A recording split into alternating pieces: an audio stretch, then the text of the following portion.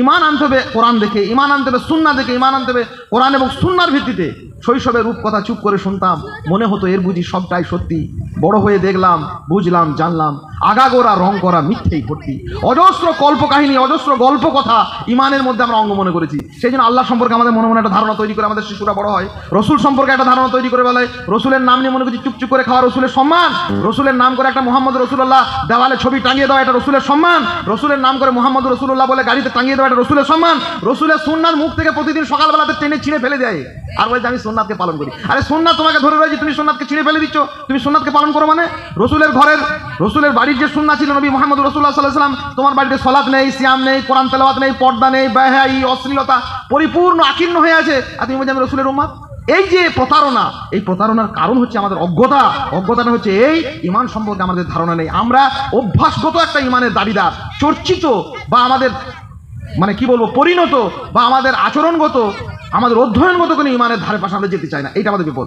একজন মানুষ, তিনি একজন নাবিও এবং একজন বিপদে পতিত মানুষ, চরম মুসিবতে পড়েছেন। সমুদ্র যাত্রায় তাকে নৌকো থেকে নদীতে ফেলে দেওয়া হয়েছে, সমুদ্রে তিনি ডুবে যাচ্ছেন। ভারতবর্ষের কেন, আফ্রিকা, আমেরিকা, বাংলাদেশ, ইটালি, আমাদের বর্তমান বিশ্বে যত মানুষ আছে কেউ আমরা এইরকম বিপদে পড়িনি। বিপদে শোনেন, সমুদ্রের ভিতরে ডুবতে ডুবতে তাকে আবার একটা মাছে গিলি নিয়েছে।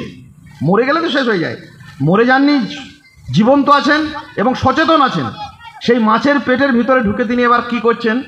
দোয়া করছেন আল্লাহ সুবহানাহু ওয়া তাআলার কাছে। কি দোয়াটা? আল্লাহ তুমি আমাকে বাঁচাও, মাছের পেটের ভিতরে ঢুকে গেছি, এরকম বলেছিলেন নাকি? লা ইলাহা ইল্লা আনতা সুবহানাকা ইন্নী কুনতু মিনাজ জালিমিন। মাছের পেটের ভিতরে ঢুকে লা ইলাহা ইল্লাল্লাহ। হ্যাঁ, এইটাই যে বিপদে যতই পড়ি না কেন আমি তৌহিদ থেকে যেন আমি না সরে যাই। কেবলমাত্র আল্লাহর ইবাদত হবে, আর কারণ নয়। গাছের কাছে, কাঠের কাছে, ইটের কাছে, পাথরের কাছে ওই দুটো একটা লম্প জ্বালিয়ে, কোথাও একটা মোমবাতি জ্বালিয়ে, কোথাও একটা ঝাড়ু দিয়ে, কোথাও একটা ধূপ জ্বালিয়ে হাজার রকমের শিরকের আবাহন সারা পৃথিবীতে মানব জাতিকে ধূলিসাৎ করার জন্য শয়তানের সবথেকে বড় হাতিয়ার হচ্ছে শিরক। মানুষকে আল্লাহর ইবাদতের নাম করে অজস্র গায়রুল্লাহর ইবাদতে ঢুকিয়ে দেওয়া, মানুষকে আল্লাহর নামে সাজদা করানোর নাম করে মানুষকে কাঠে, ইটে, পাথরে, কবরে, অমুকে তমুকে আরো হাজার রকমের কারখানা তৈরি করে, হাজার রকমের খানকা তৈরি করে তৌহিদ থেকে মানুষকে বিচ্যুত করা সুদীর্ঘ ষড়যন্ত্র কার? ইবলিস, শয়তানের। ইউনূস আলাইহিস সালাম মানুষকে শিক্ষা দিচ্ছেন যে বিপদে যখন মুসিবতে পড়েছি, যে কোনো বিপদে আপনার ইমানটা যেন ভরকেন্দ্রে স্পষ্ট থাকে, কারণ এর থেকে বড় বিপদ আর কিছু নেই। দুনিয়ার বিপদগুলো সাময়িক, দুনিয়ার বিপদগুলো কয়েকদিনের, আখেরাতের বিপদ হচ্ছে চিরন্তন। আখেরাতের বিপদ হচ্ছে সুদূর প্রসারী, দীর্ঘস্থায়ী। কাজে ওই দীর্ঘস্থায়ী বিপদ আমাকে শিরক অবস্থা মৃত্যু হলে আমাকে জাহান্নামে যেতে হবে, আমাকে কবরে শাস্তি পেতে হবে, আখেরাতে শাস্তি পেতে হবে, আর চিরস্থায়ী জাহান্নাম ভয়ঙ্কর সে আগুনের আমাকে মুখোমুখি হতে হবে। কাজে এই কাজটা থেকে আমি যেন বিরত থাকি, বিচ্যুত সরে থাকি।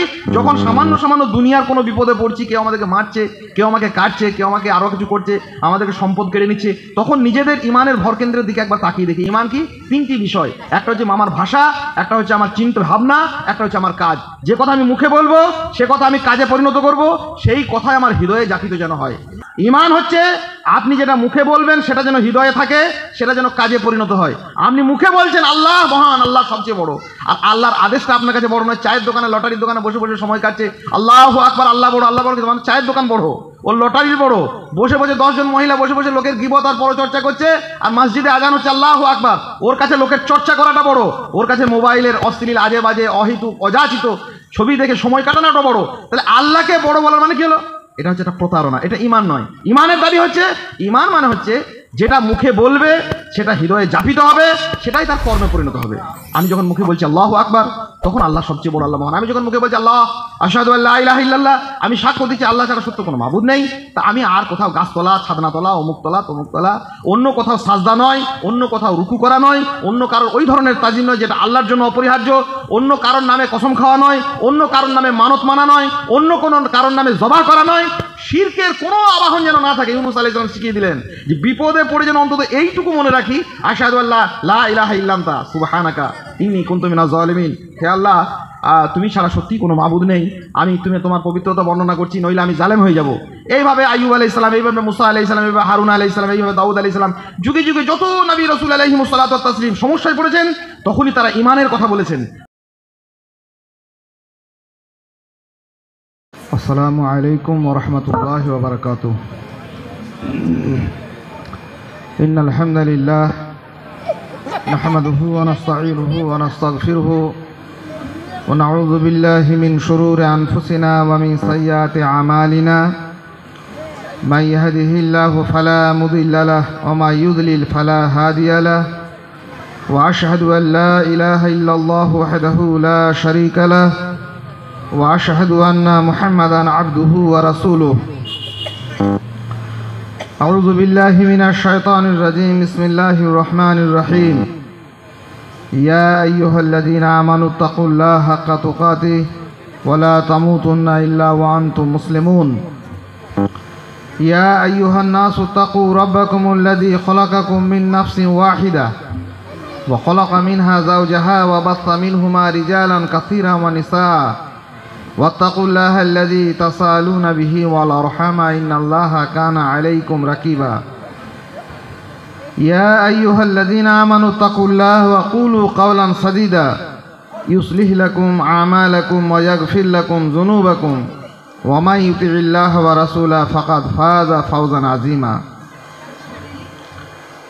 সম্মানিত সভাপতি সঞ্চালক আজকের এই মহতী সভায় উপস্থিত দক্ষ যোগ্য গুণী আলোচক মণ্ডলী মঞ্চে বসে থাকা সুধী অতিথিবৃন্দ এবং সম্মুখস্থ সুধী শ্রোতৃমণ্ডলী পর্দার আড়ালে শ্রদ্ধেয় মায়েরা ও বোনেরা অনেকটা সময় ব্যয় করে দিনই কিছু কথা শোনার আল্লাহ সুবহানাহু ওয়া তাআলা আমাদেরকে সুযোগ করে দিয়েছেন। আমরা আন্তরিকভাবে সেই মহান সত্তার মহান রবের তার প্রশংসার তার শুকরিয়ার ভাষা হিসেবে জ্ঞাপন করি আলহামদুলিল্লাহ। মজলিসটা কিন্তু আপনারা সাজাননি, বড় ফাঁকা মাঝে মাঝে ফাঁকা জায়গা রেখে দিয়েছেন। ভাবছেন অনেকটা বড় জায়গাতে আমরা বসে আছি খোলামেলা, একটু সরে সরে বসলেও অতটা ফাঁকা জায়গার রাখার দরকার ছিল না। যতক্ষণ বসবো আমরা এখানে, যদি আমরা উপকৃত হতে চাই, আল্লাহ সুবহানাহু ওয়া তাআলা আমাদের প্রতি শর্ত আরোপ করেছেন যে আমরা যদি মনোযোগী শ্রোতা হই, গভীর মনোযোগ সহকারে কোনো কথা শুনি, তবেই কেবলমাত্র এ থেকে আমরা উপকৃত হতে পারব। যারাই শুনছে, যারাই চারপাশে ঘুরছে, বিভিন্ন উদ্দেশ্যে সময় অতিবাহিত করছে, সকলের উপকৃত হওয়ার কথা আল্লাহ সুবহানাহু ওয়া তাআলা বলেননি। কাজেই আমরা এতক্ষণ যখন বসে রয়েছি, আমরা যদি সত্য সত্য ওই দিনই আলোচনা থেকে উপকৃত হতে চাই, আল্লাহ সুবহানাহু ওয়া তাআলা স্পষ্ট করেছেন আল্লাযীনা ইয়াসতামিউনাল কাওল ওয়া ইয়াত্তাবিউনা আহসানাহু। কোনো কথা হলে যারা মনোযোগ দিয়ে শোনে আর শ্রুত কথাগুলি জীবনে বাস্তবায়ন করে, উলাইকা আল্লাযীনা হাদাহুমুল্লাহ, এরা হচ্ছে হেদায়েতের যোগ্য। সকলকে আল্লাহ হেদায়েতের যোগ্যতা দেননি, আমাদেরকে আল্লাহ সুবহানাহু ওয়া তাআলা যারা আমরা মনোযোগ সহকারে শুনবো, জীবনে বাস্তবায়ন করব, আল্লাহ পাক রব্বুল আলামিন আমাদের প্রত্যেককে সেই তৌফিক দিন, আল্লাহুম্মা আমিন। অনেক দরুদ সালাম বিবর্ষিত হোক নবী মুহাম্মদ রাসূলুল্লাহ সাল্লাল্লাহু আলাইহি ওয়াসাল্লামের উপর, যিনি এমন কোনো পৃথিবীতে কল্যাণের কথা মানুষের জন্য নেই যিনি আমাদেরকে বলে যাননি। মানুষের উপকারে লাগে এমন কোনো উপদেশ, মানুষের ভালো হয় এমন কোনো কল্যাণ নেই যে এই মানুষটি আমাদেরকে জানিয়ে যাননি। তেমনি এমন কোনো বিপদের কথা, এমন কোনো মুসিবতের ধারণাও পৃথিবীতে নেই যা সম্পর্কে তিনি আমাদেরকে সতর্ক করে যাননি। এক বুক, এক পাহাড়, এক সমুদ্র ভালোবাসা নিয়ে তিনি এই উম্মাতের জন্য সমস্ত রকমের কল্যাণের কথা যেমন তিনি বলেছেন, সমস্ত রকমের অকল্যাণের কথা তেমনি আমাদেরকে সজাগ করেছেন। সমস্ত রকম কিয়ামত পর্যন্ত আগত যাবতীয় মুসিবত, ঝামেলা, ঝঞ্ঝাট, জুলুম, নির্যাতন, অধিকার হরণ, শাসকের অত্যাচার যাই আসুক না কেন, সেই পরিস্থিতিতে কি করতে হবে, ওয়াহি ইলাহির বিধান দিয়ে কোরআন এবং সুন্নাহর মানদণ্ডে তিনি আমাদের কাছে সেগুলিকে উপস্থাপন করে গেছেন। আমরা আন্তরিকভাবে সেই নবী মুহাম্মদুর রাসূলুল্লাহ সাল্লাল্লাহু আলাইহি সাল্লামের প্রতি অজস্র দরুদ সালাম বিবর্ষিত হোক। আল্লাহুম্মা সাল্লি আলাইহি আল্লাহুম্মা বারিক আলাইহি। আমি অনেক ন্যায়নিষ্ঠ, গুরুত্বপূর্ণ এবং প্রাসঙ্গিক বর্তমান সময়ের নিরিখে যে তাৎপর্যবাহী আলোচনা সেগুলি হয়েছে আলহামদুলিল্লাহ, সেইগুলি নিরিখে আমরা অবশ্যই আমাদের ভূমিকা পালন করব। আমরা মনে রাখব যে কোনো অধিকার, শুধু ওয়াকফের নয়, দুনিয়ার যে কোনো অধিকার সম্পর্কে, হক সম্পর্কে ইসলামের একটা মৌলিক নীতিমালা আছে। সেই নীতিমালার প্রথম নীতিমালা হচ্ছে হক সম্পর্কে, অধিকার সম্পর্কে সচেতন হওয়া। এইটা শুধু বলে আমি আমার বক্তব্য রাখবো। নারী, পুরুষ, আবাল, বৃদ্ধ, বনিতা সকলের জন্য। মনে করুন আপনার স্ত্রীর বাপের অনেক সম্পদ আছে, তো আপনার স্ত্রীর মিরাসের মাল হিসেবে আপনি অনেক কিছু পাবেন, স্ত্রী পাবে। সেই মহিলাটি বলছেন আমার বাপের আমি 5 বিঘে 10 বিঘে জমি পাবো, আমি কিছু নেবো না। এই না নেওয়াটা, আপনিও বলছেন আমার বাপের কিছু সম্পদ ছিল, আমার ইচ্ছা নেই নেওয়ার। এই না নেওয়াটা পর্যন্ত অনেক মানুষ মনে করে যেটা আমি খুব ভালো কাজ করছি, আদৌ নয়। নিজের অধিকারকে ছেড়ে দেওয়াটাকে মানুষ মনে করে এটা আমার তাকওয়া ও পরেশগারির কথা। এটা কোরআন সুন্নাহর মানহাজ নয়। কোনো কারণে ইহসান বশত কোনো বিশেষ পরিস্থিতিতে কোথাও কাউকে রেখে এলেন আলাদা কথা, কিন্তু প্রত্যেকটা সময় নিজের অধিকারটাকে নেওয়াটাই, এটাই আপনার জন্য উপযুক্ত কাজ, এটাই আপনার জন্য সুন্নাহ ভিত্তিক কাজ, এটিই আপনার জন্য আদর্শিক ভূমিকা। কারণ পৃথিবীর ইতিহাসটা হচ্ছে অধিকার দেওয়া না দেওয়ার ইতিহাস। পৃথিবীর দীর্ঘ ইতিহাসের পৃষ্ঠা জুড়ে রয়েছে মানুষের অধিকার হরণের ইতিহাস। ভাই ভাইয়ের অধিকার হরণ করেছে, মা সন্তানের অধিকার থেকে বঞ্চিত করেছে, শিশুকে জাতি তার অধিকার থেকে বঞ্চিত করেছে, স্বামী স্ত্রীর কাছে বঞ্চিত হচ্ছে, স্ত্রী স্বামীর কাছে বঞ্চিত হচ্ছে। পৃথিবীর টোটাল ইতিহাস, আবহমান কালের ইতিহাস হচ্ছে অধিকার বঞ্চনার ইতিহাস। আপনার যে কিয়ামতের মাঠে সব থেকে বিপদে পড়তে হবে মানুষকে এই ব্যাপারটিতেই, যে আপনি কারোর অধিকার আর হক নষ্ট করে দিয়েছেন। এ নিয়ে প্রচুর কথা আছে। এইবারে আপনি যে লোকের অধিকার পূরণ করবেন, আপনার নিজের অধিকার যদি আপনি নিজে গ্রহণ না করতেন, তো লোকের অধিকার পূরণ করুন কি করে? যে মানুষ মনে করে যে আমি কারোর অধিকার ছেড়ে দিই, ওখানে নিয়ে নিচ্ছে, যাকে ও বাপ দিল না যাকে, কিছুই ব্যাপার নেই। কেউ ইচ্ছাকৃত খুব ভালো মানুষ মনে করে অজস্র অনধিকার জিনিসটা গ্রহণ করে, কিন্তু তার ন্যায্য পাওনাটা গ্রহণ না করে সে মনে করে আমি ভালো কাজ করছি। এটা ভালো কাজ নয়। আপনার ন্যায্য পাওনাটা আপনি নেবেন এই মর্মে অন্যকে সেই পাওনা ফিরিয়ে দিতে পারবেন। সেই জন্য আপনি যদি অধিকার কারণ না, নিজের অধিকারটুকু ঠিকঠাক না নিতে পারেন, একজন মানুষ তার পৈতৃক সম্পত্তিকে ছেড়ে দিয়ে চলে আসছে, বলছে আমি নেবো না, তো তার সন্তানকে সে অধিকারটা কি করে দেবে? তার সন্তান তো রাস্তায় রাস্তায় বিক্রি হয়ে ঘুরবে। কাজেই ইসলামের একটা মৌলিক নীতিমালার মধ্যে পড়ে নিজের অধিকারকে সম্পর্কে সচেতন হওয়া, নিজের অধিকারকে বুঝে নেওয়া, সে ব্যাপারে নিজেকে যত্নশীল হওয়া, কোনোভাবে আমার অধিকারের বঞ্চনা যদি ঘটে সেই বঞ্চনার ব্যাপারে প্রতিবাদ করা, এটি ইসলামের একটা মৌলিক নীতির মধ্যেই পড়ে। আমরা সেদিকে সজাগ হব, সচেতন হব ইনশাআল্লাহ তাআলা।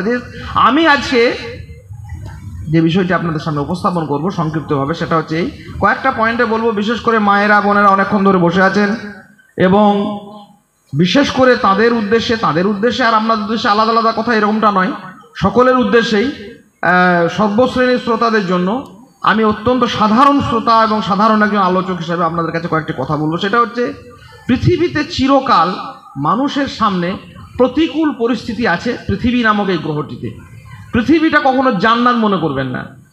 আমরা অনেক সময় মনে করি, সেই জন্য কোনো একটি ঝামেলা, ঝঞ্ঝট, বিপদ, মুসিবত এলেই আমরা হা হুতাশ করে বেড়াই, এই কি হলো, অমুক হলো, তমুক হলো। তখন আপনি বুঝতে পারছেন না যে এটা পৃথিবী। জান্নাত ব্যাপারটা হচ্ছে আলাদা। জান্নাতে অবরোধ নেই, বয়কট নেই, হটকারিতা নেই, কেউ কারোর অধিকার কেড়ে নেওয়া নেই, কেউ মারধর নেই, জুলুম নেই, অত্যাচার নেই, ভেঙে দাও, গুঁড়িয়ে দাও, চলছে না, চলবে না, এসব কিছুই নেই। এটা একমাত্র নেই জান্নাতে। পৃথিবীর রন্ধ্রে রন্ধ্রে ছড়িয়ে আছে প্রতিকূলতা, হাজারো রকমের, যুগে যুগে। আমরাও তার ব্যতিক্রম নই। জান্নাতে একটা গাছ লাগাবেন, ওখানে তো ছাগলে খেয়ে চলে যাবে না, গরুতে পা দিয়ে নষ্ট করবে না। যেমন আছে গাছটি তেমনিই ভাবে বেড়ে উঠবে, সুন্দর ফুলে ফলে আচ্ছাদিত হবে। পৃথিবীটা এরকম নয়। পৃথিবী আপনি বাগান দেখে যদি একটু অমনোযোগী হন, জঙ্গলে পরিণত হয়ে যাবে বাগান। কাজে পৃথিবীতে মুসিবত আসা, বিপদ আসাটা স্বাভাবিক। প্রত্যেকটা মুমিনের ক্ষেত্রে, প্রত্যেকটা মুসলিমের ক্ষেত্রেও তার ব্যতিক্রম নয়। আলী রাদিয়াল্লাহু তাআলা একটা কথা বলতেন, লাইসাল বালিয়াতু ফি আইয়ামিনা আজাবা বালি সালামাতু ফিহা আজাবুল আজাবি। এই যুগে, এই পৃথিবীতে মুসিবত আসা, বিপদ আসাটা কোনো আশ্চর্যের কিছু নয়, বরং সঠিকভাবে, অত্যন্ত সাদাসিধেভাবে, সহজ সরলভাবে, নিরাপদ বা সম্পূর্ণ নিরুপদ্রব জীবনযাপনটা করাটাই পৃথিবীতে আশ্চর্যজনক। আমি যে বিষয়টা আজকে আপনাদের সামনে উপস্থাপন করব, যদি কেউ মনোযোগী শ্রোতা কেউ থাকেন, সকলে না থাকলেও কেউ থাকবেন, উপকৃত হবেন, সেটা হচ্ছে এই মুসিবতে পড়লে, বিপদে পড়লে, সমস্যায় পড়লে, সে সমস্যা যে কোনো কর্নার থেকে আসুক, পারিবারিক হোক, সামাজিক হোক, নিজের ভাইয়ের দ্বারা সৃষ্ট সমস্যা হোক, নিজের পরিবারের দ্বারা হোক, গ্রামের লোকের মোড়ল মাতব্বরের দ্বারা হোক, রাষ্ট্রীয় জালেম শাসকের দ্বারা হোক, পঞ্চায়েতের নেতা মন্ত্রী আমলাদের দ্বারা হোক, যে কোনো ধরনের সমস্যায় যখন সমস্যাটা আপনার সার্বিকভাবে আসছে এবং বড় রকমের হয়ে আসছে, তখন আপনার করণীয় ভূমিকা কি? এই করণীয় ভূমিকা বলতে আপনি ভালো করে মনে রাখবেন অনেকগুলো গুরুত্বপূর্ণ কথা। মুসিবত এলে কি করবেন এ ব্যাপারে ইসলামের কিছু মৌল নীতি আছে। প্রথম নীতি হচ্ছে, মুসিবত যখন আসবে, বিপদ যখন আসবে, তখন এটি করতে আপনি দায়বদ্ধ। এই পদ্ধতিগুলি আপনাকে অবলম্বন করতে হবে, কারণ যুগে যুগে নবী রাসূল আলাইহিমুস সালাতু ওয়াত তাসলিম, আমাদের সালাফরা এইসব কাজগুলো করেছেন বিপদ এলে। 2 নম্বর কথা হচ্ছে, ওইটা করলেই যে বিপদটা দূরে চলে যাবে এটা কিন্তু সঠিক নয়। আপনি এই ভুল মনে করবেন না যে আমার বিপদ এলে আমাকে এই করতে বলেছিল তাহলে বিপদটা আমার উঠে চলে যাবে। বিপদ যাবে না সেটা বিপদের যিনি মালিক, বিপদের উদ্ধারকারী, একমাত্র তিনি জানেন। কিন্তু আমার করণীয় ভূমিকা কিন্তু এইটি। যদি আমি আমার করণীয় ভূমিকা না পালন করি, বিপদ আসার পরে যে কোনো ধরনের, রাষ্ট্রীয় বিপদ হোক, সামাজিক হোক, দাম্পত্য জীবনের হোক, হাজার রকমের হোক, মুসিবত এলে যদি আমি মুসিবতে পড়ে করণীয় ভূমিকাগুলি পালন না করি, মুসিবত কমবে না, মুসিবত কিন্তু বাড়বে। ভুল চিকিৎসায় রোগ সারে না, রোগ বাড়ে। আমাকে বিপদে পড়ে যে কাজ করতে আল্লাহ সুবহানাহু ওয়া তাআলা, নবী মুহাম্মদুর রাসূলুল্লাহ সাল্লাল্লাহু আলাইহি সাল্লাম আমাকে স্পষ্ট করে দিয়েছেন, নবী রাসূলদেরকে দিয়ে আমাদেরকে শেখানো হয়েছে যে বিপদে পড়লে কি করবে। যে কোনো ধরনের বিপদ এলো আপনার, প্রথম কোন জিনিসগুলিকে আপনি অবলম্বন করবেন, সেইগুলিকে অবলম্বন না করে যদি অন্য কিছু অবলম্বন করতে যাই, তাহলে বিপদটা তো কমবে না, বিপদটা বাড়বে। যেমন ভুল চিকিৎসায় রোগ সারে না, রোগ কি হয়, বাড়ে। তাহলে চিকিৎসাটা ঠিকঠাক হতে হবে।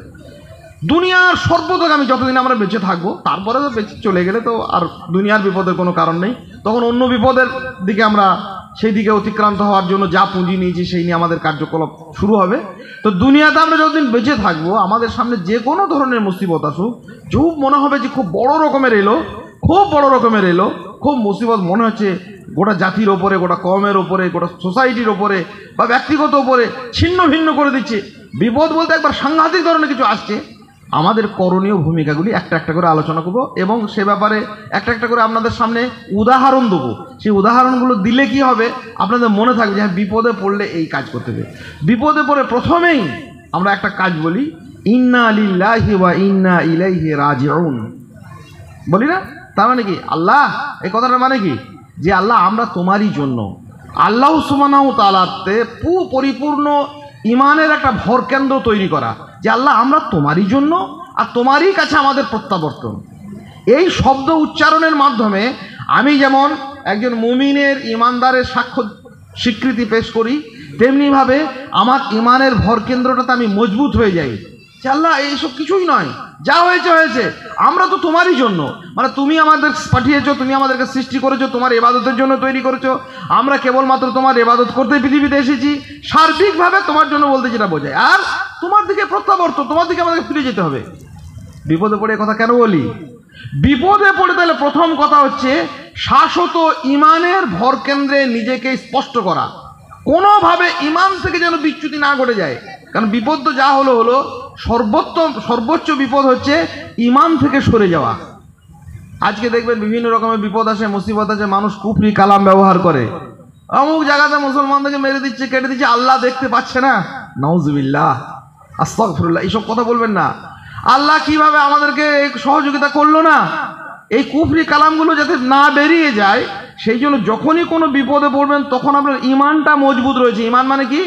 ইমান মানে হচ্ছে আল্লাহ সুবহানাহু ওয়া তাআলার প্রতি ইমান, উলুহিয়াতের উপর ইমান, রুবুবিয়াতের উপর ইমান, আসমা ও সিফাতের উপর ইমান, আল্লাহ রব এর উপর ইমান, আল্লাহ সুবহানাহু ওয়া তাআলা ছাড়া আর কেউ মাবুদ নন এর উপর ইমান, আর আল্লাহ সুবহানাহু ওয়া তাআলা সুন্দর গুণাবলী এবং সত্তাগুলোতে তিনি এক এবং অদ্বিতীয়, একক, এর উপরে ইমান।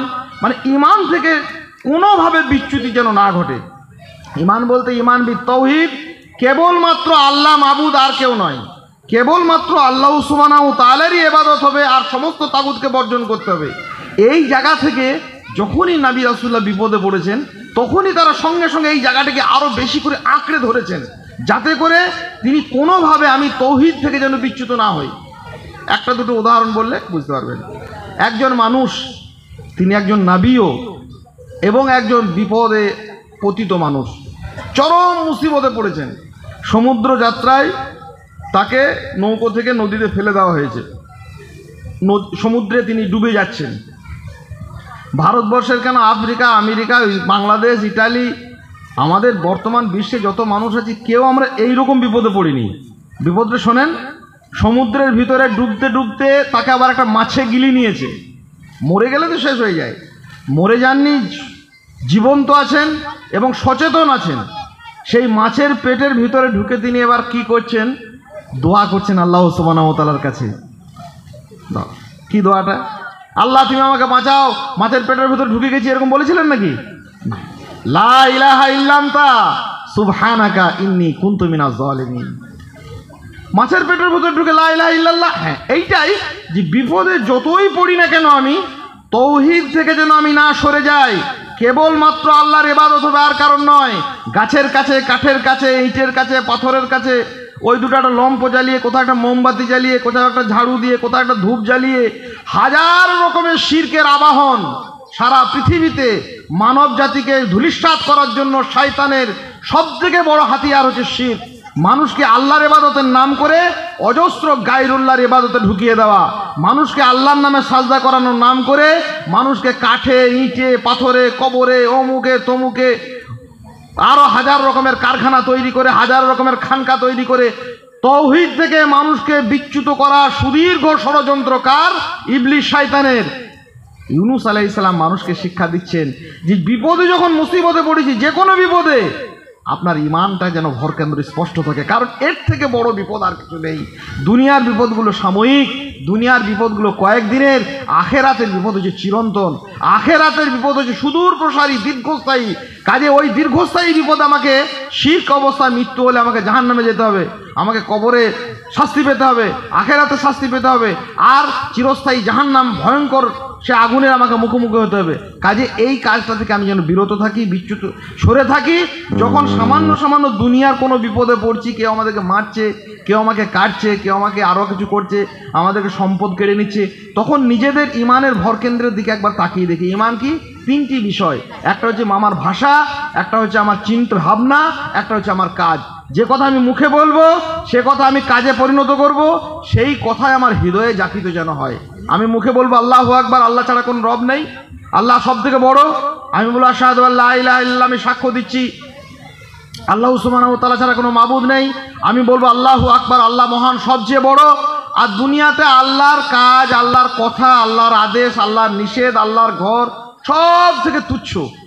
এই জন্য মসজিদে কোনো কাজ করতে গেলে একদিন হলো, দুদিন হলো, চাঁদা চাও, অমুক চাও, তমুক চাও, নোংরা, আবর্জনা, ময়লা, দুর্গন্ধ, সাজদা করার জায়গাতে নাকে ধুলো ঢুকে যায়, ল্যাট্রিন, বাথরুম, সমস্ত কিছু তাচ্ছিল্যের আবর্জনা। সেই জায়গা কোথায়?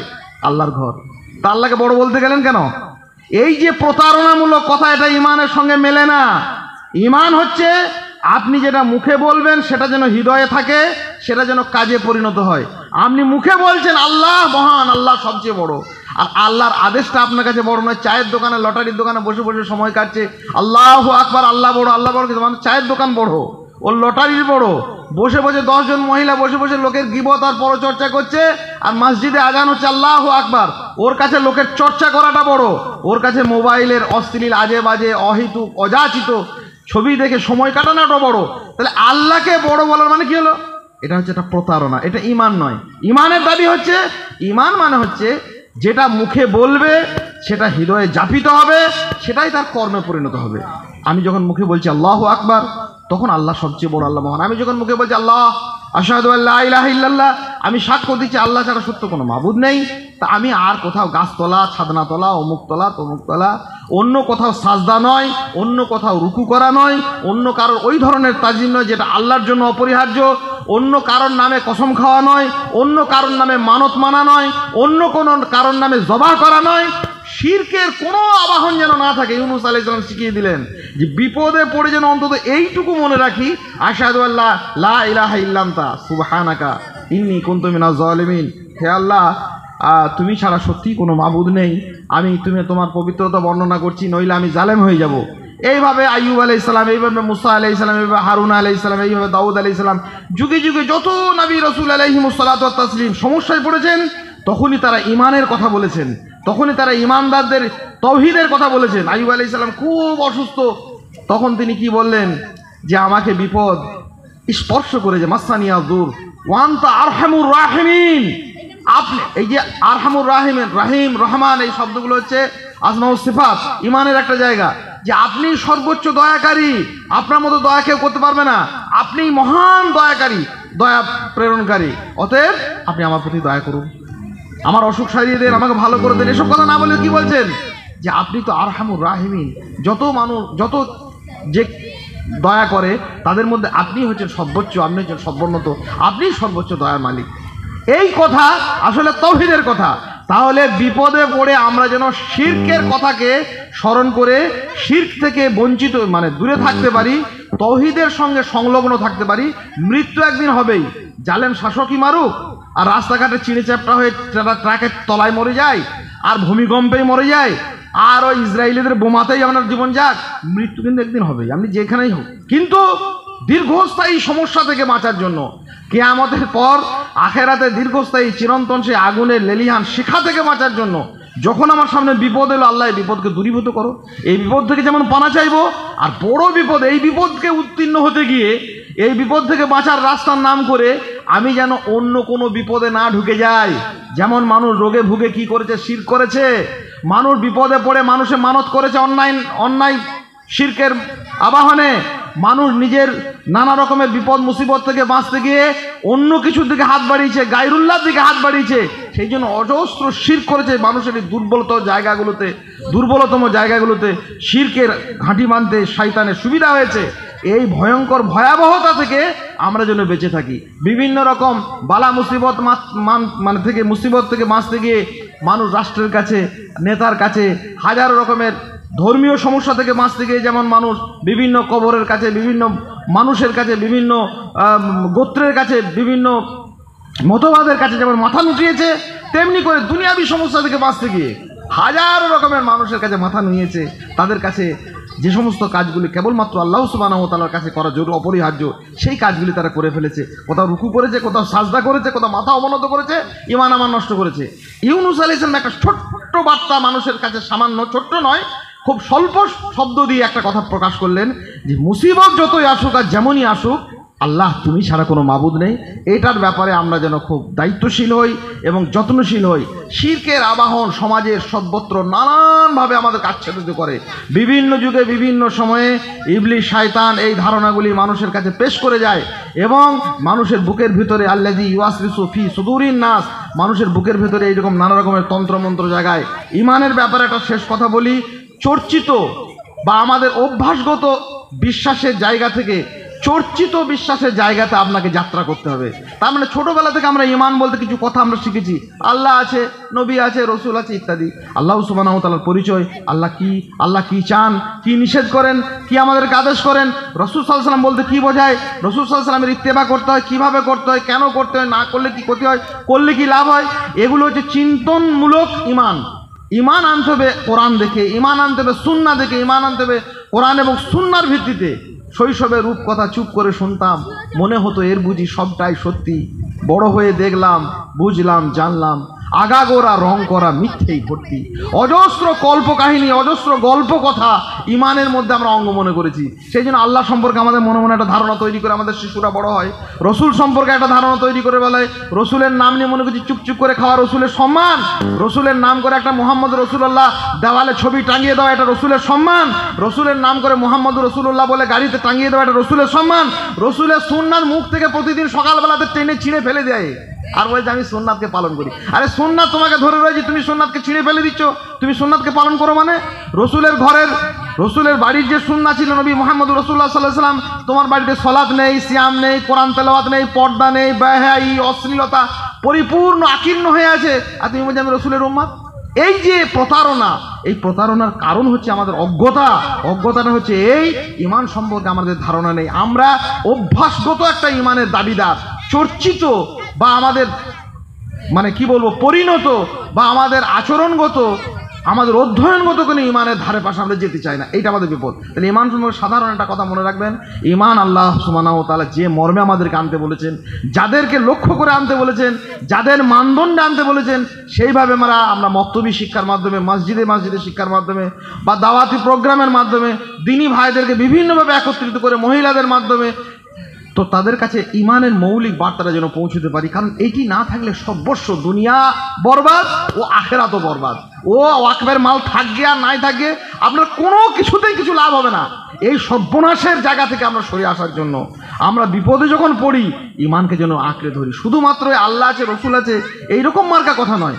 আল্লাহ সুবহানাহু ওয়া তাআলার পূর্ণ পরিচয়, মহানবী মুহাম্মদুর রাসূলুল্লাহ সাল্লাল্লাহু আলাইহি সাল্লাম পূর্ণ পরিচয়, পবিত্র কোরআন এবং সুন্নাহর নিরিখে এই ধরনের ছোট ছোট বইপত্র, এটা একটা ভালো একটা বই রয়েছে।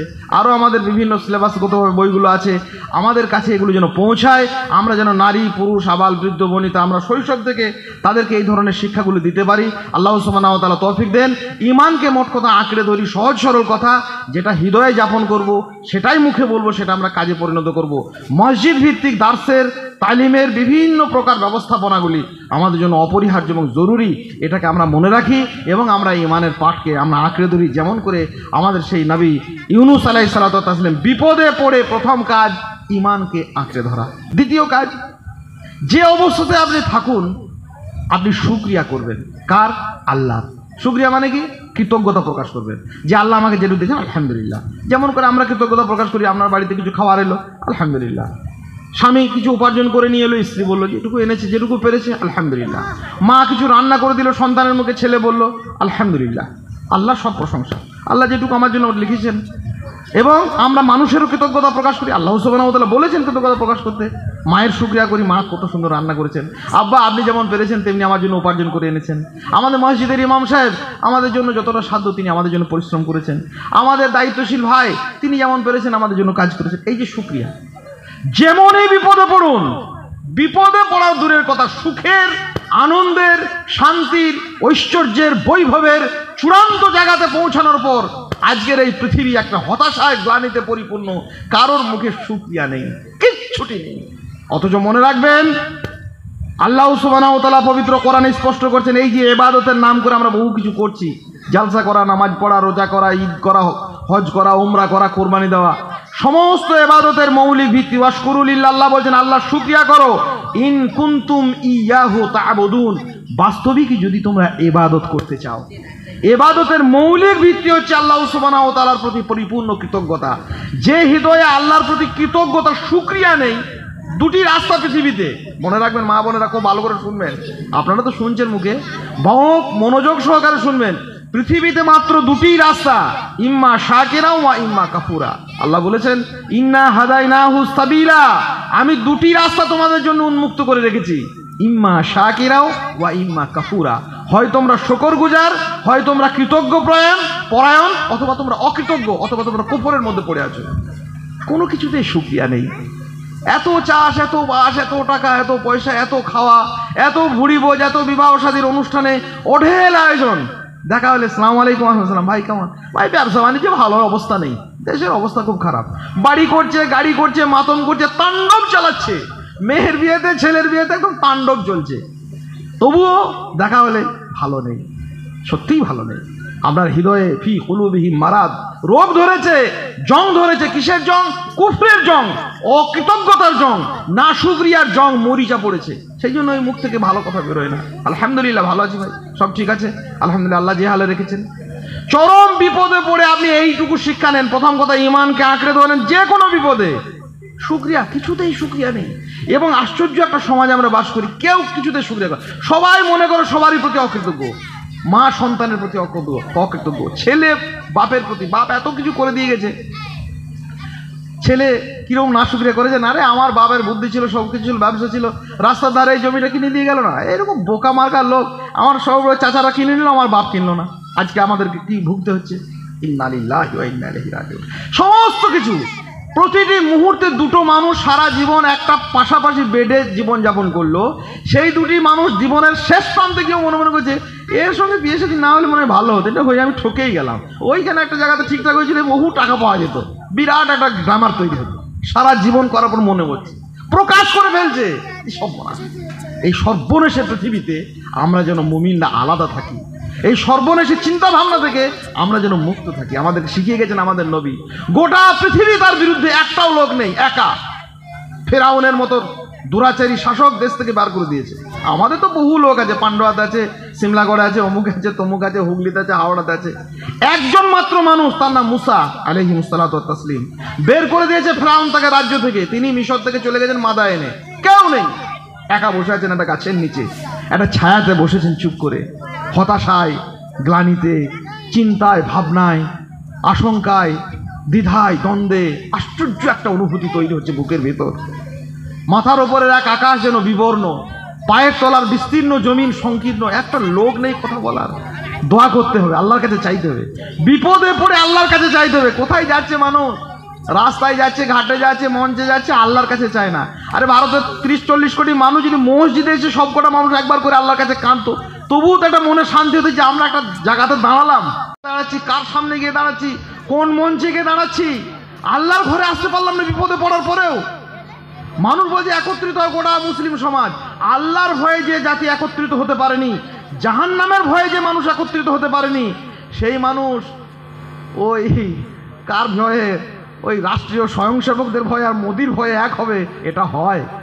এটার কোনো বাস্তবতা নেই, মনে রাখবেন। শুনতে ভালো লাগছে, আমরা করছি আলহামদুলিল্লাহ, কিন্তু এর কোনো বাস্তবতা নেই।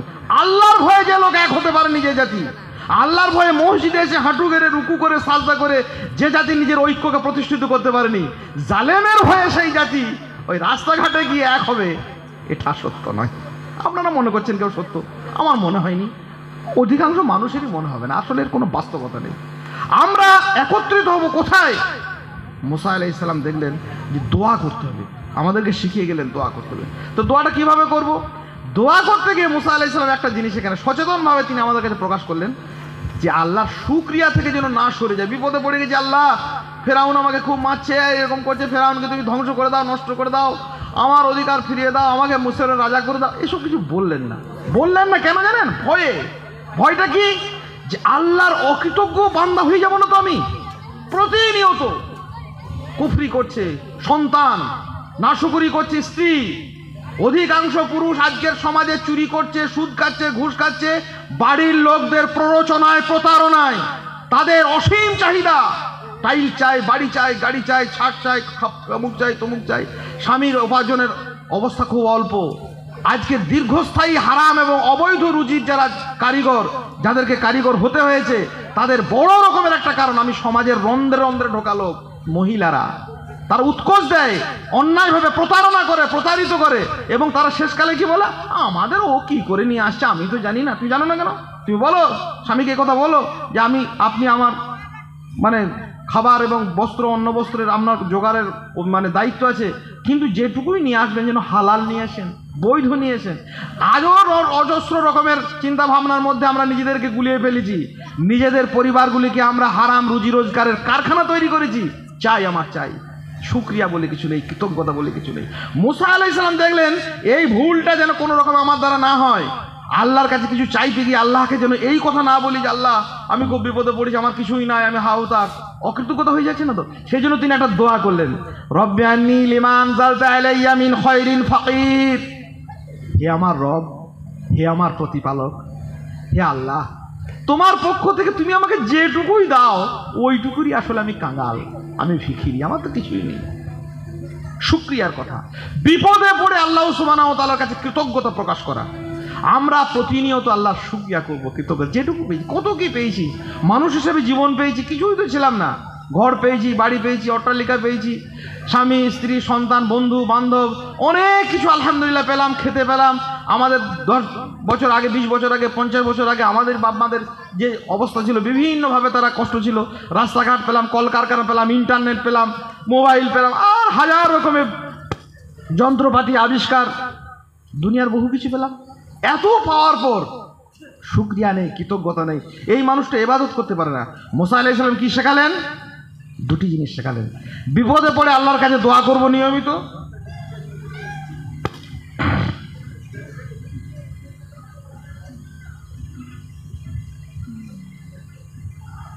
তো দুটি কথা তিনি আমাদেরকে শেখালেন গুরুত্বপূর্ণ। একটা কথা হচ্ছে যে সমস্যায় পড়ে বিপদে পড়ে তিনি আল্লাহ সুবহানাহু ওয়া তাআলার কাছে দোয়া করেছেন, আর দ্বিতীয়ত সেই দোয়ার মাধ্যমে তিনি আমাদের কাছে একটা বার্তা প্রেরণ করেছেন যে আল্লাহ সুবহানাহু ওয়া তাআলার কাছে পরিপূর্ণ যেন শুকরিয়া কৃতজ্ঞতা আমি জ্ঞাপন করতে পারি। এটা খুব ভালো করে মনে রাখবো। ইনশাআল্লাহ তাআলা যে আমাদের জীবনে মরণে এপারে ওপারে দুনিয়াতে আখেরাতে আমাদের কাজে লাগবে। আমরা যেন সব কিছু শুকরিয়া করি। আল্লাহ আমাদের বহু কিছু দিয়েছেন, অনেক কিছু দিয়েছেন। নিয়ামতের শুকরিয়া না করলে আল্লাহ কেড়ে নেবেন, কুফরি করলে আল্লাহ সুবহানাহু ওয়া তাআলা স্বাদের বিবর্তন ঘটিয়ে দেবেন। আল্লাহ পাক রব্বুল আলামিন সাবাবাসীদের ব্যাপারে এই ব্যাপারে কোরআনের আয়াত নাজিল করেছেন।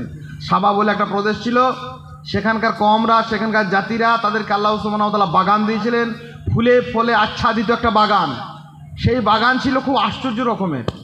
সেখানে কেউ যদি প্রবেশ করত, খালি একটা ঝুড়ি মাথায় নিয়ে ওই বাগানটা চারপাশে ঘুরে আস্তে আস্তে ঝুড়িটা ভর্তি হয়ে যেত, বিভিন্ন রকমের ফল টুকটাপ করে পড়তেই থাকতো।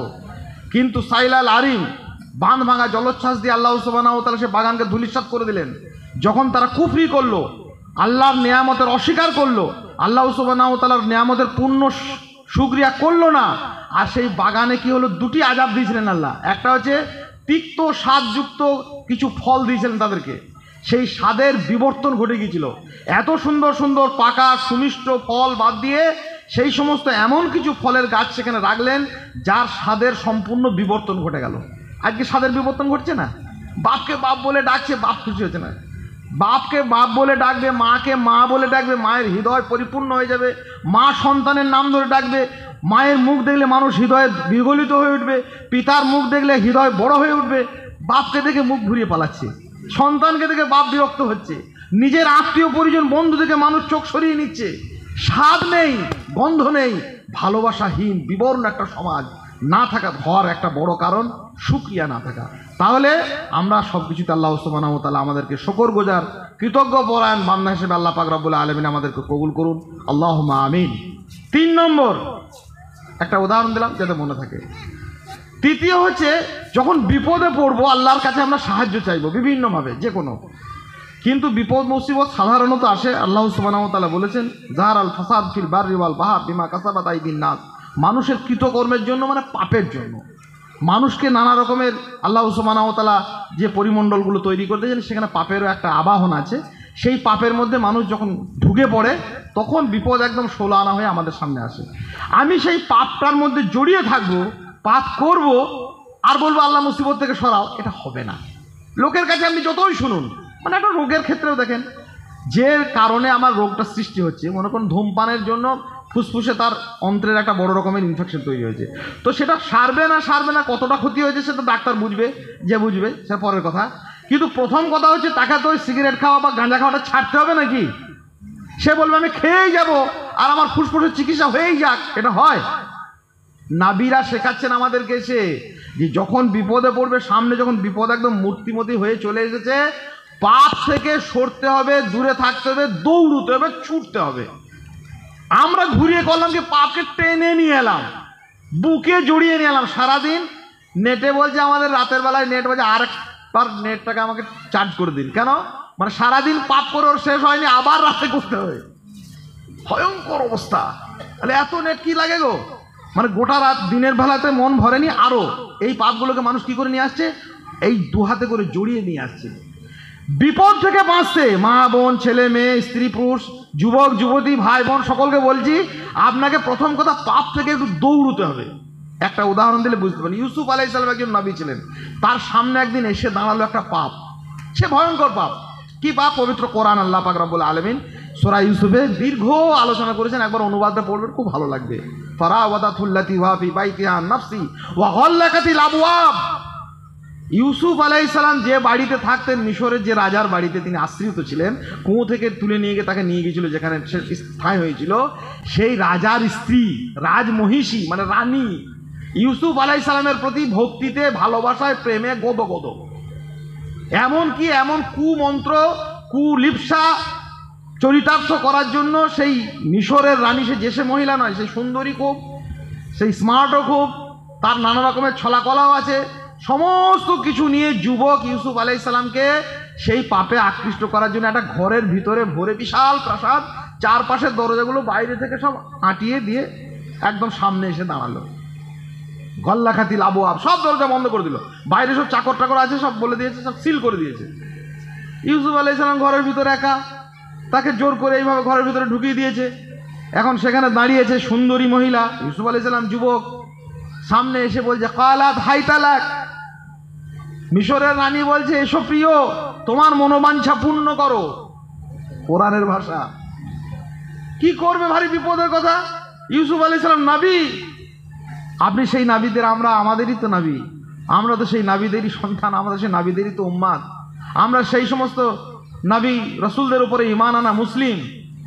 ইউসুফ আলাইহিস সালাম দেখলেন সাংঘাতিক সর্বনাশের ব্যাপার, এই তো একদম সামনে এসে মহিলা দাঁড়িয়েছে, তো আর চারপাশে দরজা বন্ধ করেছে, কি করা যায়, এই বিপদটা কম নয়। এই চরম বিপদে পড়ে তিনি দুটি কাজ করেছিলেন। নারী পুরুষ মা বোন ভাই যারা এখানে রয়েছেন ভুলে যাবেন অনেক কথা, মনে রাখবেন দুটি কাজ, দুটি কাজের একটি কি, প্রথমেই করলেন কি, ক্বালা মাআযাল্লাহ, ইউসুফ আলাইহিস সালাম বলেন হে আল্লাহ আমি তোমার কাছে আশ্রয় চাই, পানা চাই। আল্লাহ আশ্রয় না দিলে আপনি পাপ থেকে বাঁচতে পারবেন না, আপনার সন্তানকে বাঁচাতে পারবেন না, আপনার মেয়েটাকে বাঁচাতে পারবেন না, আপনার ছেলেটাকে বাঁচাতে পারবেন না।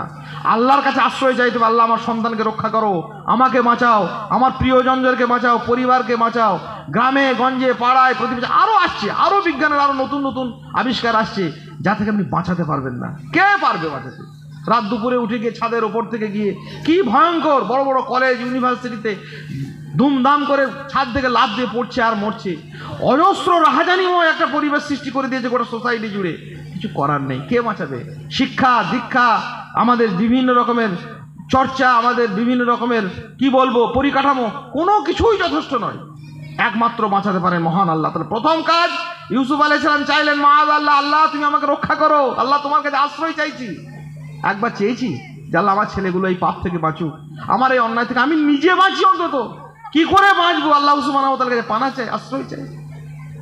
কত মানুষের কাছে আশ্রয় চেয়েছি, কত মানুষের কাছে কত রকমভাবে আশ্রয় চেয়েছি বিপদে পড়ে, আল্লাহর কাছে চাইনি। এ ব্যর্থতা গ্লানি আমাদেরকে বইতে হবে। মোমবাতি জেলে ধর্ষকের মা বাপের তার শান্তি হয় না। আমাদের দেশের লোকেরাই বিশেষ করে পশ্চিমবাংলা বিশেষ করে কিছু হবে না কিছু হবে, রাস্তায় রাস্তায় মোমবাতি জেলে বেড়াবে। মোমবাতি মিছিল করে কি হবে? শান্তি হবে? মোমবাতি মিছিল করে পৃথিবীতে শান্তি স্থাপন হয় না। সমুদ্র হিমাচল ভারতবর্ষ জুড়ে নয়, পুরো পৃথিবী জুড়ে আবহমান কালের ইতিহাস তার সাক্ষ্য বহন করেছিল।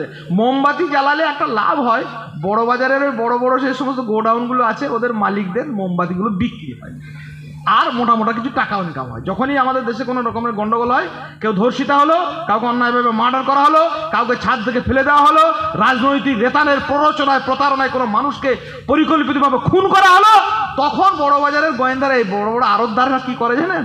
মোমবাতি আমদানি করে লরি লরি, মোটা মোটা টাকার কাঁড়ি কাঁড়ি তারা জমা করে। এইটা হয়।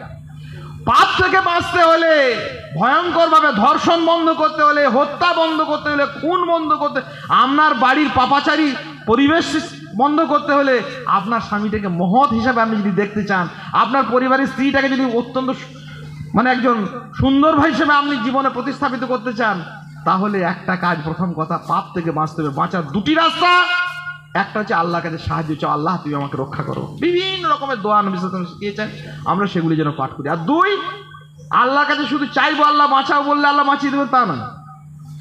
তার জন্য আরেকটি ভূমিকা আছে, যে পাপটা থেকে আমি বাঁচতে চাইছি সেইটা থেকে দৌড়তে হবে। আপনি পাশেই রেখে দেবেন ইন্টারনেট, আমার ছেলের কাছে মেয়ের কাছে হাজার রকমের পাপাচারের উপকরণ, পাশেই রেখে দেবেন সমস্ত রকমের অঢেল তাকে পয়সা দেবেন, অঢেল তাকে সুযোগ দেবেন, মেয়েটাকে ইচ্ছা মতো বাইরে বেরোতে দেবেন, ছেলেটাকে ইচ্ছা মতো উঠতে দেবেন, আর বলেন আল্লাহ পাপ থেকে বাঁচাও। হবে না। পাপ থেকে বাঁচার জন্য সেখান থেকে সরাতে হবে। ছেলেটার মেয়েটা সারা জীবন একটা 5 থেকে 6 থেকে MA থেকে মাস্টার ডিগ্রি পর্যন্ত মেডিকেলে গিয়ে রাত 12টা পর্যন্ত একসঙ্গে বসে বসে তারা কি করছে, গুজগুজ করছে, আর আপনি বলবেন আল্লাহ আমাকে পাপ থেকে বাঁচাও। হবে? খালাতো ভাইয়ের সঙ্গে, মামাতো ভাইয়ের সঙ্গে, চাচাতো ভাইয়ের সঙ্গে আপনি মেলা দেখতে পাঠিয়ে দিলেন, একদম শীতের মখমলে সেই জড়ানো সেই প্রবল শীতের মাধ্যমে পান্ডুয়ার মেলাতে সারাদিন ঘুরে বেড়ালো, কার সঙ্গে কেউ কিছু জানে না, আর বলবেন আল্লাহ আমাকে পাপ থেকে বাঁচাও, হবে না। দৌড়তে হবে। কিভাবে দৌড়লেন? ইউসুফ আলাইহিস সালাম ছুটতে লাগলেন। এইটাই হচ্ছে গুরুত্বপূর্ণ কথা। ফাস্তাবাকাল বাব, আল্লাহ সুবহানাহু ওয়া তাআলা বলছেন দরজার দিকে ছুটে গেলেন কে? ইউসুফ আলাইহিস সালাম। দরজা তো বন্ধ, তাহলে ছুটলেন কেন? ছুটলেন এই জন্য, মানুষকে দেখানোর, গোটা মানব জাতির কাছে এই শিক্ষাকে প্রেরণের জন্য যে পাপ থেকে না ছুটলে আমি পাপ থেকে বাঁচতে পারবো না। যাদের যাবার আসে আস্তে আস্তে যেতে পারেন, মোটামুটি 2-4 মিনিট কথা বলতে হবে। এই ভাইদের খুব অনুরোধ, আমি 10টার আগে 10টার পরে বক্তব্য রাখি না, আমি এভাবে আসতামও না, কিন্তু আপনারা 10টার আগেই বলেছিলেন। তারপরেও যারা এসেছেন, প্রয়োজন ট্রেন ফেন আছে, আস্তে আস্তে চলুন, উঠুন, কিছুক্ষণের মধ্যে ছেড়ে দিচ্ছি। গ্রামের লোকজন যারা রয়েছেন আমাকে তারাও খুব অনুরোধ করেছিলেন এসের সময়। যাই হোক, যাদের প্রয়োজন আছে তারা চলে যেতে পারেন, নির্বিঘ্নে, পরিবেশ নষ্ট না করে আস্তে আস্তে উঠে যান। ইউসুফ আলাইহিস সালাম ছুটলেন কোথা দিকে? দরজার দিকে। দরজাটা কিন্তু বন্ধ ছিল।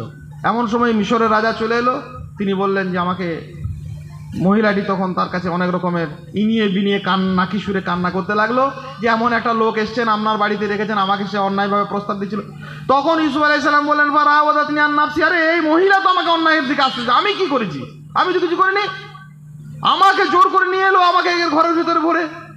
আসলে তার আগে কাণ্ডটি ঘটেছিল। ইউসুফ আলাইহিস সালাম যখন দরজার দিকে ছুটে গেলেন, মিশরের রানী পিছন থেকে তাকে খাবলা দিল, জামাটা ফরফর করে ছিঁড়ে গেল। কোথা দিকে? পিছন দিক থেকে। সমস্ত রাজসভার যারা নাগরিক ছিলেন, সুনাগরিক, তারা সলাহ করলেন, পরামর্শ করলেন জামাটার দিকে তাকাতে হবে। যদি জামাটা পিছন দিকে ছেঁড়া হয় তাহলে ইউসুফ আলাইহিস সালাম সত্য কথা বলছেন, মহিলা মিথ্যা কথা বলছে। জামা যদি সামনের দিক থেকে ছেঁড়া হয়, মহিলা সত্য কথা বলছে, ইউসুফ আলাইহিস সালাম মিথ্যা কথা বলছেন।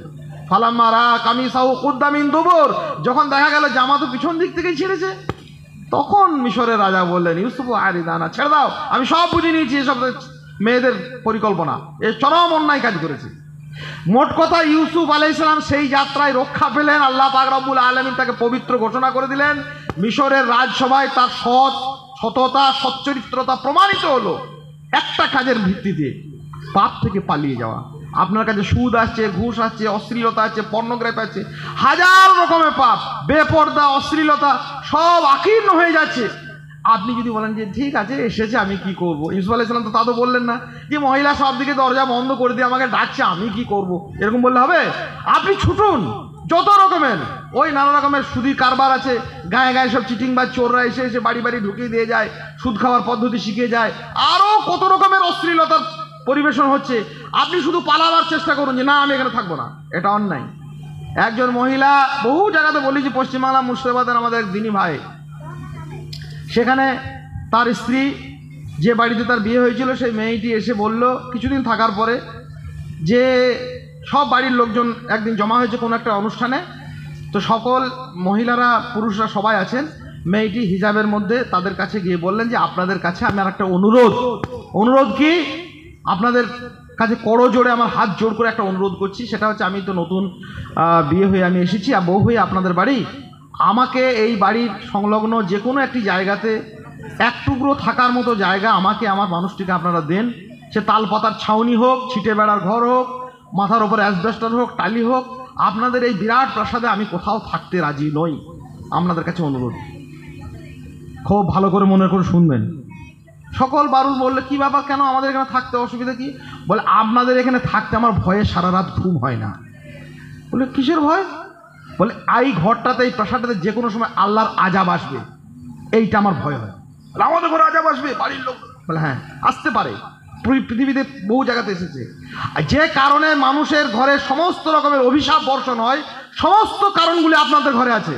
আপনাদের ঘরে কেউ পর্দা করেন না, আপনাদের ঘরে কেউ ঠিকমতো নামাজ পড়েন না, ফজরের সময় আমি আমার স্বামী দুজনে নামাজ পড়ি, আপনারা সব নাপাক অবস্থায় শুয়ে থাকেন।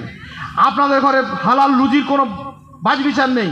আপনাদের ঘরে যে কোনো মানুষ, যে কোনো পুরুষ নারী যখন তখন ঢুকে পড়ে, গান বাজনা হয়, দীর্ঘ রাত পর্যন্ত আপনাদের যুবক যুবতীরা ছাদে গিয়ে বসে বসে কি কার সঙ্গে কি করে কেউ আমরা জানি না। যত রকমের কাজগুলো হয় আসমান থেকে আযাব আসার জন্য যথেষ্ট। আমার ভয় হয় আমি এই আযাবের মধ্যে থাকতে চাই না, আমাকে অন্য জায়গায় তাড়িয়ে দেন। পরিবর্তন হয়ে গেল। পালানোর ভূমিকা নিতে হবে, নারী পুরুষ সবাই। জান্নাতে যাওয়া একটু সমস্যা নয়, একটু পদ্ধতি পৃথিবীটা হচ্ছে প্রস্তুতির পর্ব, জান্নাত হচ্ছে পরিণতির পর্ব। গোটা পৃথিবীটা হচ্ছে আমাদের প্রস্তুতি জীবন। এই প্রস্তুতি পর্বে তো কষ্ট আছে, ছাত্রের প্রস্তুতি পর্বে কষ্ট আছে, শিক্ষক যখন নিজেকে প্রস্তুত করে তখন কষ্ট আছে, ডাক্তার যখন নিজেকে প্রস্তুত করে কষ্ট আছে। প্রস্তুতি পর্বে একটা কষ্ট থাকবেই, এটা আপনাকে করতেই হবে। আপনি পালানোর চেষ্টা করুন যে না থাকবো না, আর না সবাই বেপর্দা আমি কি করব, সবাই হারামখোর আমি কি করব, সবাই চুরি করছে আমি কি করব, এ বললে সবাই যেখানে যাবে সেখানে যেতে হবে। কে শেখালেন? যুগে যুগে আমাদেরকে নবী রাসূল আলাইহিস সালাতু ওয়াস সালাম শিখিয়েছেন। ইউসুফ আলাইহিস সালাম শেখালেন। পবিত্র কোরআনে মাত্র নবী মুহাম্মদ সাল্লাল্লাহু আলাইহি ওয়াসাল্লাম নিয়ে 25 জন নবীর জীবনী উল্লেখ হয়েছে। 25 জন, মুখস্থ নাই আশা করি কারণ। 25টা সিনেমার আর্টিস্ট নাম বহু মহিলা বলে দেবে, বহু পুরুষ বলে দেবে। 25 জন ক্রিকেটারের নাম আমাদের 10-12 বছরের বহু ছেলে বলে দেবে। আফ্রিকার ক্রিকেটার আজ থেকে 50 বছর আগে কে কটা মানে কি করেছিল, ওই সেঞ্চুরি করেছিল, ঝরঝর ঝরঝর করে মুখস্থ বলে দিচ্ছি। এখানে আছে একটা লোক 25টা নবীর নাম মুখস্থ বলতে পারবেন? আমি কিছু পুরস্কার দিতাম, নাই। কি করছেন? ছেলে মেয়েদেরকে কি শেখালেন? জীবনটাই ব্যর্থ, বাঁচলে পরে আমার কথা হিসেব করো পিছে, দেখছি এখন জীবনটা তো 16 আনায় নিচে। কাদের কথা শুনে জীবন চলবে? মুসিবত কাদের কথা শুনে, কাদের রীতিনীতি থেকে আমার জীবন থেকে উদ্ধার হবে? রাস্তায় ঘাটে হাজার রকমের মন্ত্র পড়ে স্লোগান দিয়ে হয়নি। নবী রাসূলুল্লাহ কিয়ামত পর্যন্ত যত বিপদ আছে পৃথিবীতে, নবী রাসূলদের আখলাকের মধ্যে সেই বিপদ থেকে বাঁচার পদ্ধতি আল্লাহ সুবহানাহু ওয়া তাআলা রেখেছেন। আপনি জানেন না, আপনার ছেলে মেয়ে পড়েইনি। কি পড়েছে? ঘোড়ার ডিম পড়েছে। ওই শৈশবে রূপ কথা চুপ করে শুনতাম, মনে হতো এর বুঝি সবটাই সত্যি। বড় হয়ে দেখলাম, বুঝলাম, শুনলাম, আগাগোড়া রং করা মিথ্যেই ভর্তি। শেষ কথা বলি আপনাদেরকে, উপদেশ নয়, পরামর্শ। ভাই হিসাবে, বন্ধু হিসেবে, মা হিসাবে, বোন হিসাবে নিরন্তর আমরা জীবনের সারাদিনের 24 ঘন্টার একটা সময় আমরা দিনের জন্য, ইসলামের জন্য, কোরআন সুন্নাহ শেখার জন্য বইপত্র কিনি। পবিত্র কোরআনে 25 জন নবীর কাহিনী বর্ণনা হচ্ছে। আসাদুল্লাহ গালিব একটা খুব ভালো বই আছে, আরও অন্যান্য জনের আছে। দুটো ছোট ছোট 100-150 টাকা করে দাম। নবী রাসূলদেরকে আদম আলাইহিস সালাম থেকে নিয়ে মুহাম্মদ সাল্লাল্লাহু আলাইহি সাল্লাম পর্যন্ত প্রতিদিন একটা করে অধ্যায় ভিত্তিক পড়ে যাবেন। জীবনে দেখবেন সব সমস্যার সমাধান। আইয়ুব আলাইহিস সালাম কি করছেন, ইউনূস আলাইহিস সালাম কি করছেন, হুদ আলাইহিস সালাম কি করছেন, দাউদ আলাইহিস সালাম কি করছেন। ইমানের পাঠ সবসময়, ইমান আমার কিভাবে মজবুত হবে, কোন কাজে আমার শিরক হবে, নিয়মিত আমরা সেই পাঠ নেব। নবী মুহাম্মদুর রাসূলুল্লাহ সাল্লাল্লাহু আলাইহি সাল্লামের অনুসরণ অনুকরণ আমার জীবনে যে অপরিহার্য। আমি যে নামাজটা পড়ছি, আজকে মসজিদে অনেক মুসাল্লি নামাজ পড়ছে, এক একজন নামাজ পড়ছেন, আশ্চর্য হয়ে যাবেন।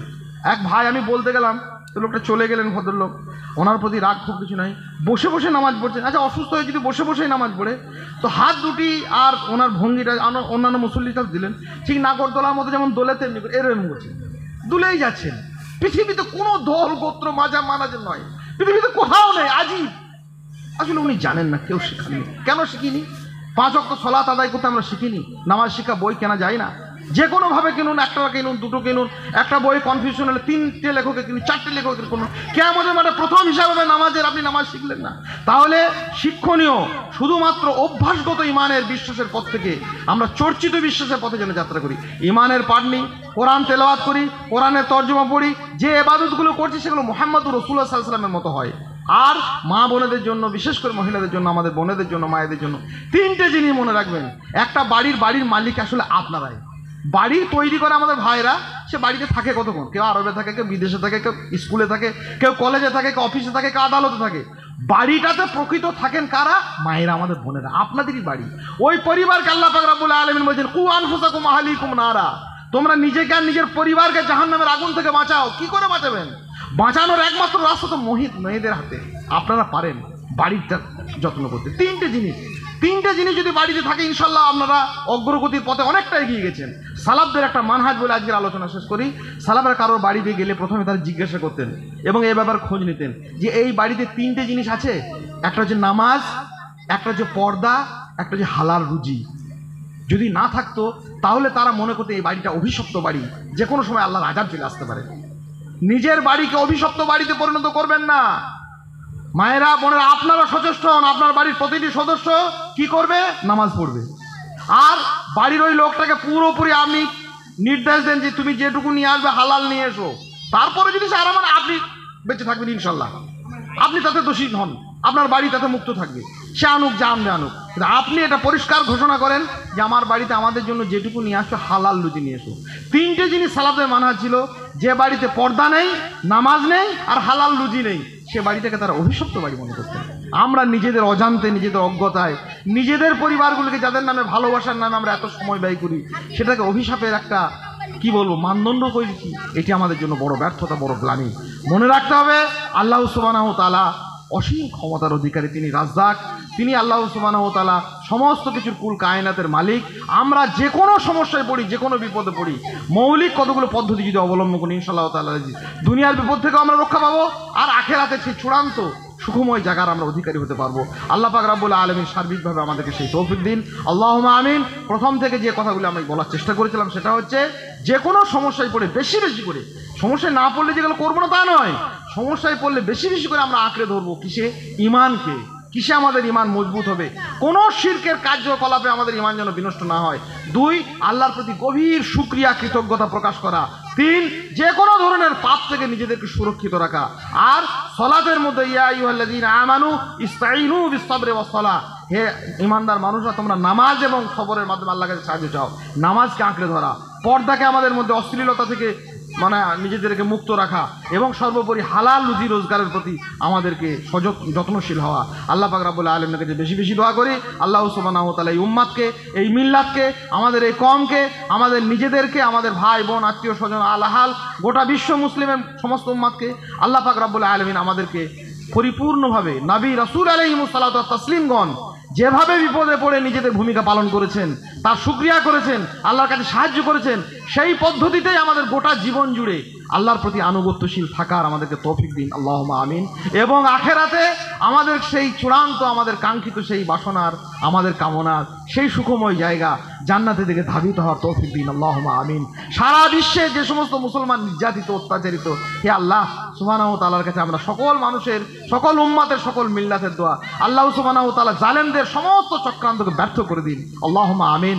আল্লাহ পাক রব্বুল আলামিন কুল কায়নাতের মালিক, জালেমদের সমস্ত ষড়যন্ত্র, যারা পৃথিবীতে অজস্র মানুষের অধিকার নিয়ে ছিনিমিনি খেলছে, আল্লাহ সুবহানাহু ওয়া তাআলা তাদেরকে সমস্ত রকমের তাদের কার্যকলাপ, তাদের দুরভিসন্ধি, তাদের চক্রান্তকে আল্লাহ সুবহানাহু ওয়া তাআলা ব্যর্থ করে দিন, আল্লাহুম্মা আমিন। মুমিনকে যেমন যুগে যুগে আল্লাহ পাক রব্বুল আলামিন সর্বযুগে যেমনভাবে ভালোবেসেছেন, সহযোগিতা করেছেন, আমরা নানান ত্রুটি বিচ্যুতিযুক্ত হলেও আল্লাহ সুবহানাহু ওয়া তাআলা এই উম্মাতের উপরে, এই মুমিনদের উপরে, এই জনজাতির উপরে সেই রহমত, সেই ভালোবাসা যেন আমাদের প্রতি বর্ষণ করেন, আল্লাহুম্মা আমিন। সুবহানাকাল্লাহুম্মা বিহামদিকা ওয়াশহাদু আল্লা ইলাহা ইল্লা আনতা ওয়াস্তাগফিরুকা ওয়া আতুবু ইলাইক। আসসালামু আলাইকুম ওয়া রাহমাতুল্লাহি ওয়া বারাকাতুহু।